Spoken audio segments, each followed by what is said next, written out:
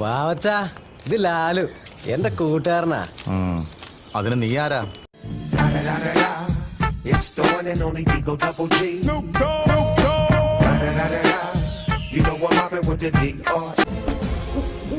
ഇത്രയും താമസിച്ചപ്പോ ഞാൻ കരുതി ഞാൻ കാശുമായിട്ട് മുങ്ങിയെന്ന്. അതിന് ഞാൻ തന്റെ തന്തയ്ക്ക് ജനിച്ചല്ലോ.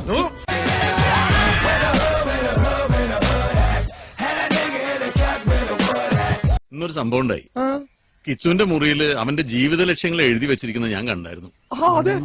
ഏതെങ്കിലും ഒരു സിനിമയിൽ നായകനായിട്ട് അഭിനയിക്കണം, പിന്നെ സുന്ദരിയായ ഒരു പെണ്ണിനെ പ്രേമിച്ച് കല്യാണം കഴിക്കണം.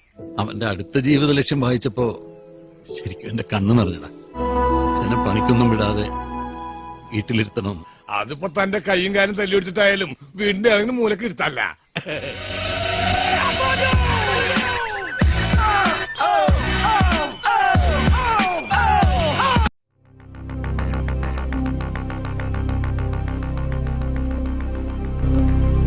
നീ എങ്ങനെ ഇവിടെ വന്നു? നടന്നു വന്നു.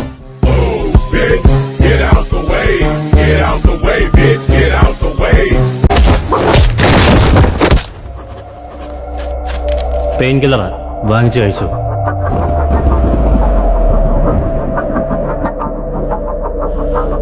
ഇതിലും ഡോസില് ഞാൻ എഴുതുന്നുണ്ട്.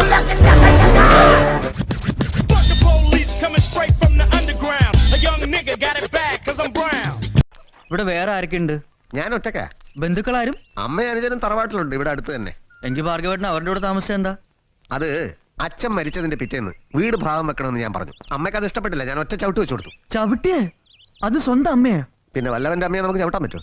അനുജൻ പിച്ചാത്തി എടുത്തു, പിന്നെ ഞാൻ അങ്ങോട്ട് പോയില്ല.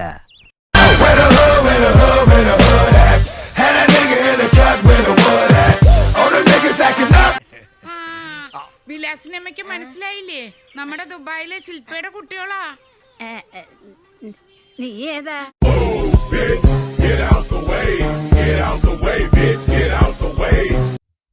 ഓമനയുടെ മരണം നടന്ന ദിവസം രാത്രി എത്ര മണിക്കാണ് താൻ ഔസേപ്പച്ചനുമായി വീട്ടിലെത്തിയത്? 10 മണി കഴിഞ്ഞു കാണും. അതെങ്ങനെ മനസ്സിലായി? എന്റെ ഈ വാച്ച് ഉണ്ടായിരുന്നുകൊണ്ട്.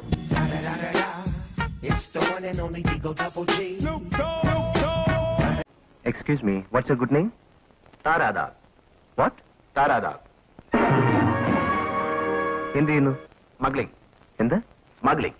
SMUGGLING. സ്മഗ്ലിംഗ്, കള്ളക്കടത്ത്.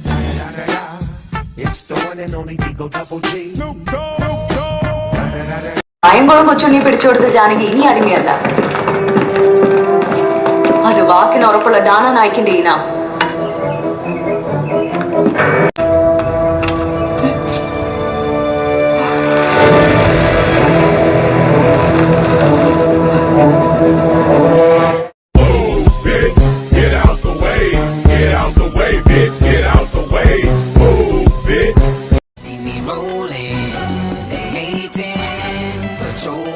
Trying to catch me right.